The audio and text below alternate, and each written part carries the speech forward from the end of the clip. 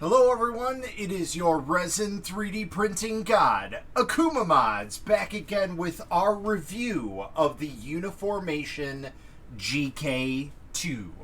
Let's take a look.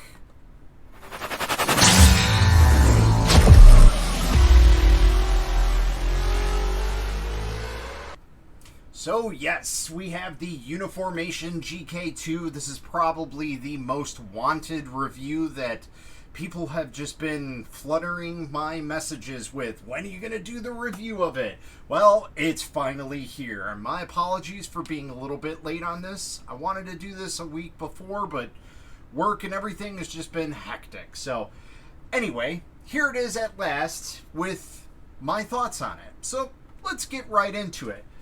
For those who do or do not know, the Uniformation printers are basically a rebrand of the WeBox printers, which is also a rebrand of another company. It slips my mind, but essentially it's a rebrand of a rebrand. They're all the same type of printers. They all look very, very similar. And as some of you may or may not know, all the time that I used to speak of my WeBox Lite 130, well, this is essentially a grown-up version of it. The WeBox Lite 130 was a 6-inch screen, and it was an RGB screen, so much older technology, much smaller screen. Here we have a much updated, keep saying the word much, my apologies. We have a updated version of this printer, which essentially is a 10.3-inch 8K resolution printer. But the thing that makes this printer stand out among all these other printers is the features that it provides, and really just the click and printability of this printer. Let me explain. So this printer, like I said, comes with a 10.3-inch 8K resolution screen, and that is a fantastic screen for basically the printers out there on the market. It matches on par with the Elegoo Saturn, the Frozen Sonic Mighty 8K, and the Anycubic Premium. I think it's the M3 Premium, but I'm not 100% sure. Either way, but what sets this one apart from all those other, what I consider consumer-grade printers, this one being more of a dental industrial style printer, is the features that it comes with.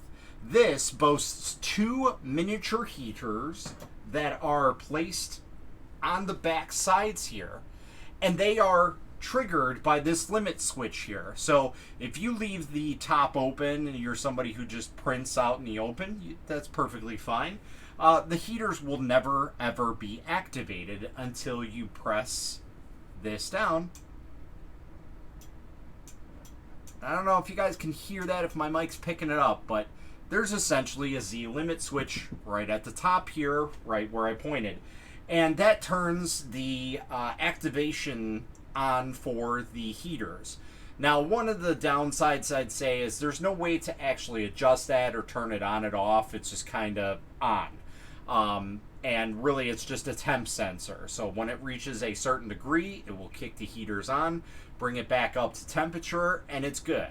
Now, thankfully, during the winter time, I keep the basement here a little bit hotter than normal, just because resin printing, if you guys do or do not know, resin printing, anything really under 65 degrees Fahrenheit, yes, I'm sorry, I use the freedom points because I live here in the great state of Illinois in America.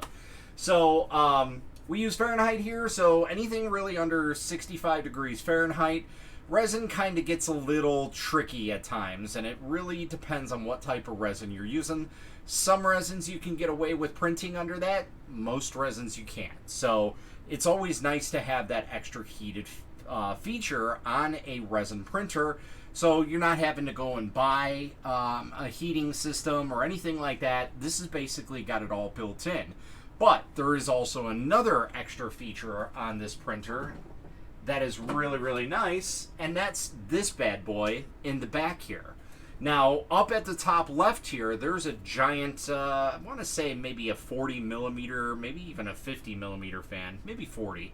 And that basically pumps it through this ginormous carbon air filtration system, which is insane. I mean, it is huge. Look at how wide that thing is. And it basically just pops in the back here, right out of place, and it just constantly circulates that, so there is no resin fumes in this printer when you go to open it up, and there's nothing going outside. So this is basically an all-in-one package, and that's pretty much one of the reasons why I consider this more of a dental and industrial style printer, because it has those extra features that usually the consumer grade printers do not ever have on that. Now, there are printers that are starting to come out on the market that are starting to have that, so it's a feature that we're starting to see more and more, possibly down the line, on consumer grade printers, but still it's in its infancy stage right now. So still, this is kind of the winner. Unfortunately, I don't have it plugged in right now because I kind of moved it out of the farm area. I had it down here. But the touch UI on here is fantastic. I absolutely love it. Most of the time we're used to like the 8-bit screens that are on here, very basic, you know, just minor colors that are on the resin printers that we have now. This is a nice touch screen. It is very, very intuitive. It gives you all kinds of information like FEP life, what your temperatures are at, things like that. So it does give you a lot of good information. But there's other things that make this printer go above and beyond, in my opinion. And one of them is the vat style. I've always liked these style of vats because it has a base layer, and then it has a lip on it that basically the resin can pour up. And over in the back here it says max 700 grams, which, yeah, that doesn't sound like a lot, but I'll be honest, most of the time I am usually adding resin. I would like to see a future model maybe have automatic resin feeding, but I'll be honest, I rarely use the automatic feature on my Anycubic M3 Max. In fact, it's been disconnected since probably the third time that I've used it. And I basically just either adding it in manually because it's part of my process, or I just don't need it. So, and that's kind of the case here. I haven't truly needed to add any resin in here. Usually when I add it in, I know exactly how much I'm printing. My slicer tells me exactly how much I'm printing with. And like I said, I haven't really printed anything to max out that 700 grams, at least that I can think of off the top of my head.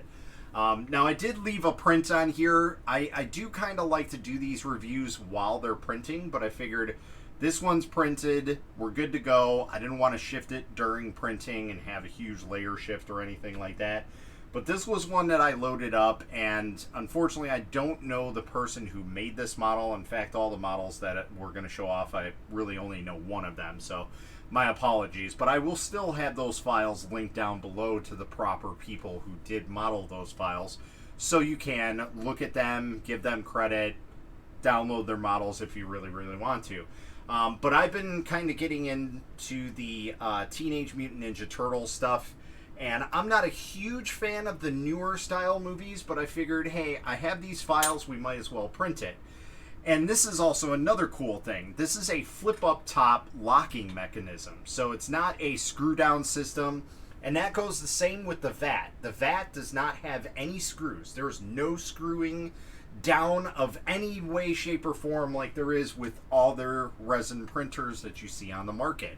The vat literally slides right into place, and it has two little locking tabs that basically hold it right up against the screen. It's a fantastic design. I think really all resin printers should go around that.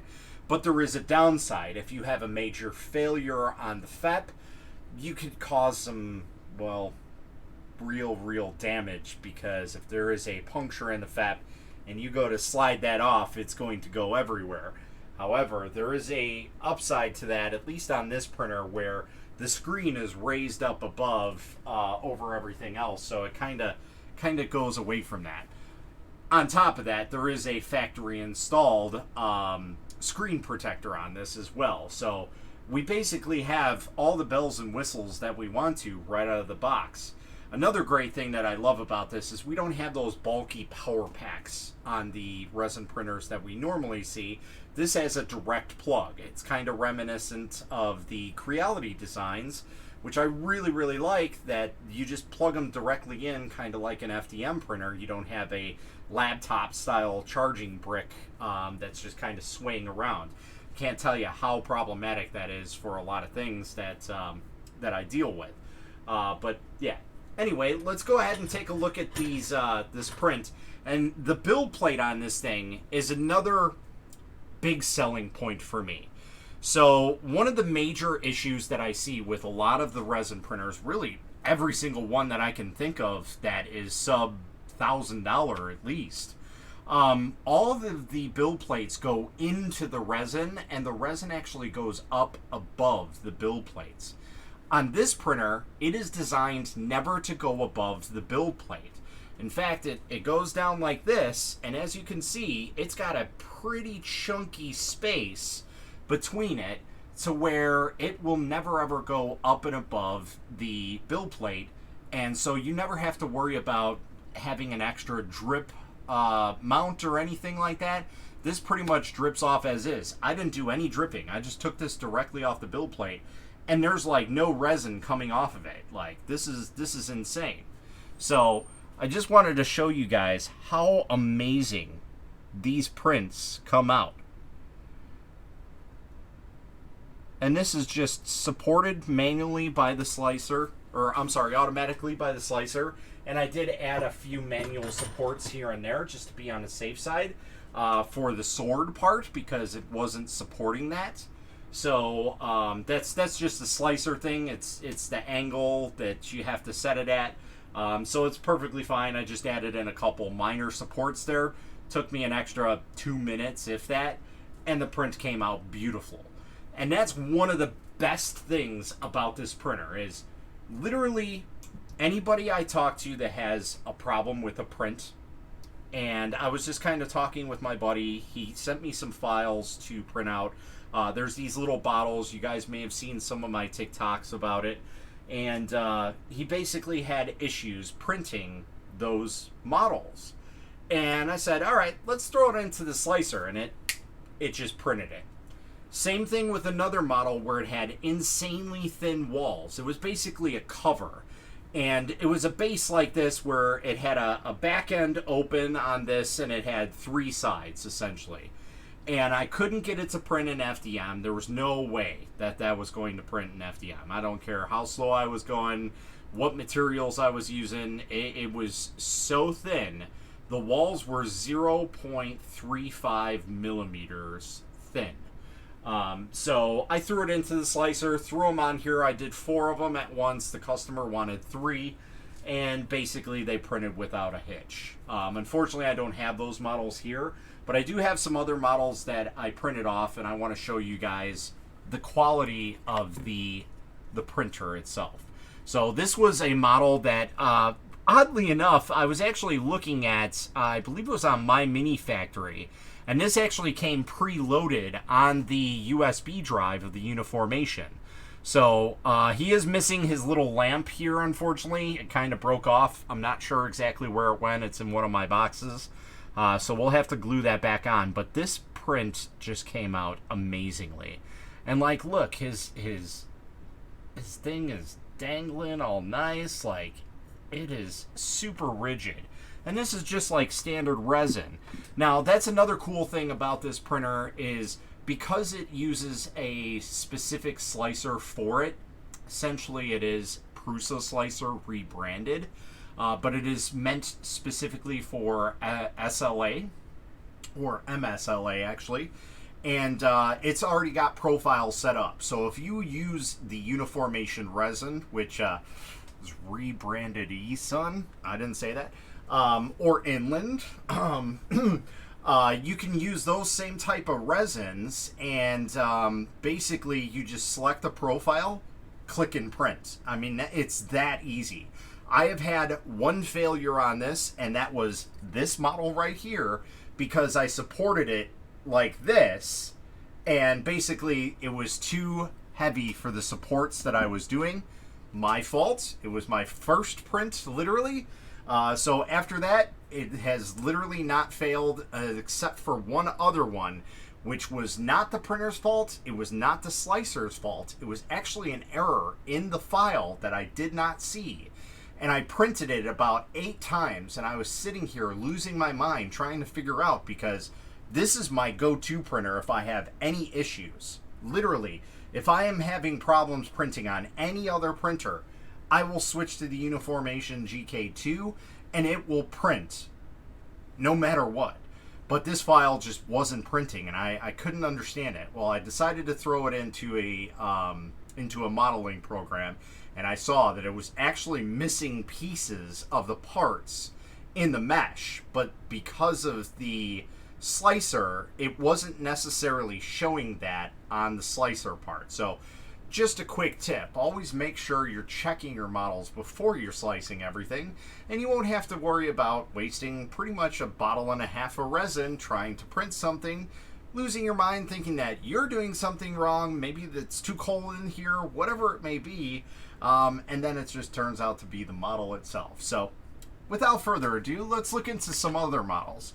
So on that same bottle of resin that I used, I printed this off, which is a fellow friend here on TikTok, I should say, not here. I think he might be on YouTube, but his name is Wandering Wastelander, and this is kind of a TikTok joke, and it's Mothman dancing on a streetlight pole, and I just had a good giggle about this, and I supported it very well, and as you can see, his hand didn't come out too well. Well, that's because I didn't properly support that specific part of the file.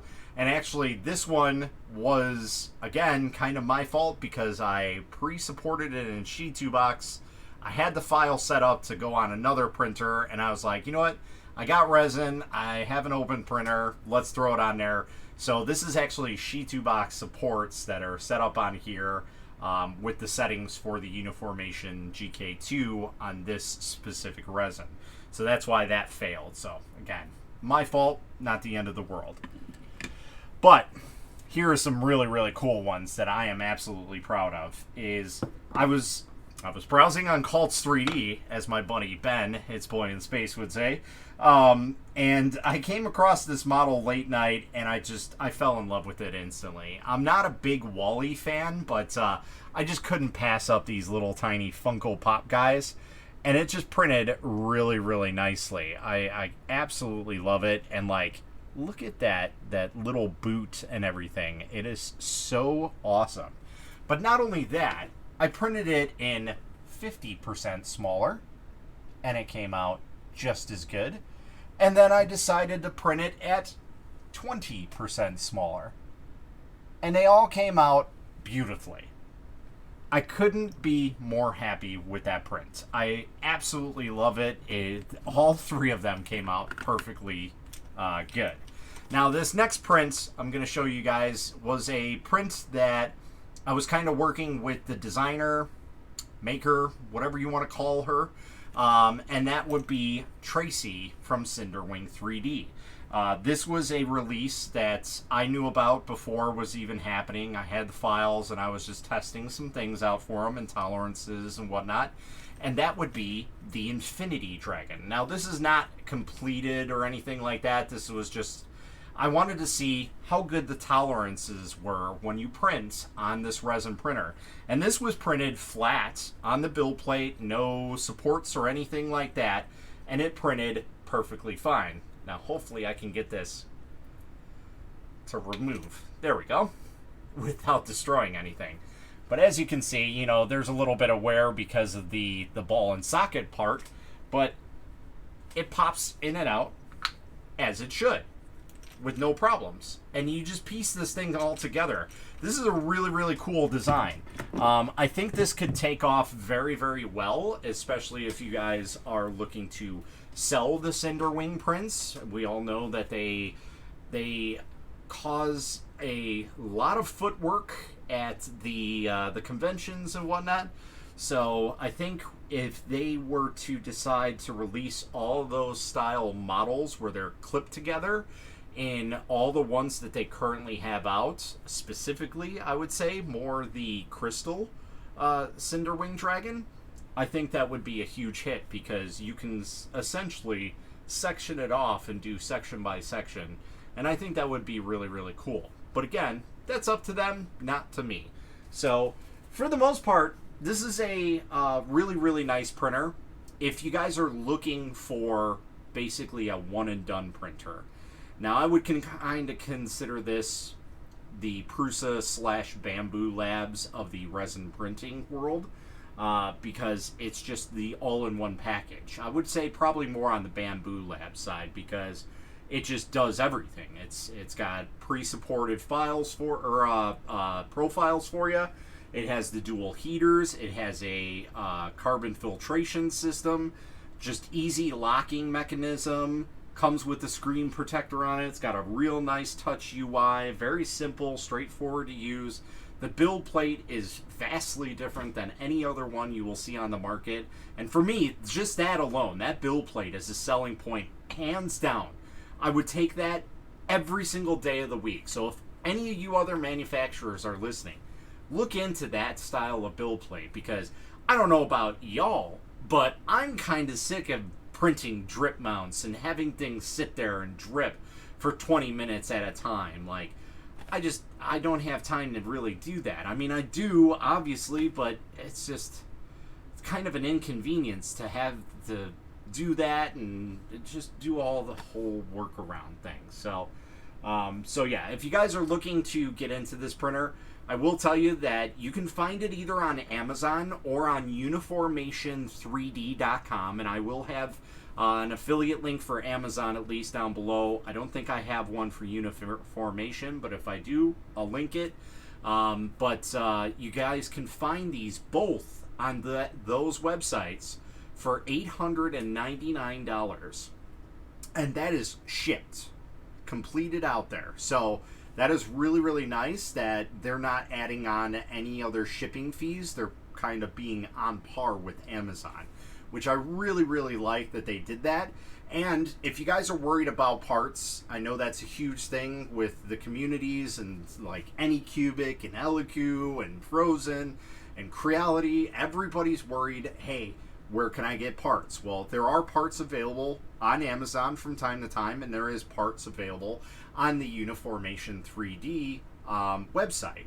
Now, granted, those might take a little while to get here, but they will get here, and you will be able to use them perfectly fine and replace these parts.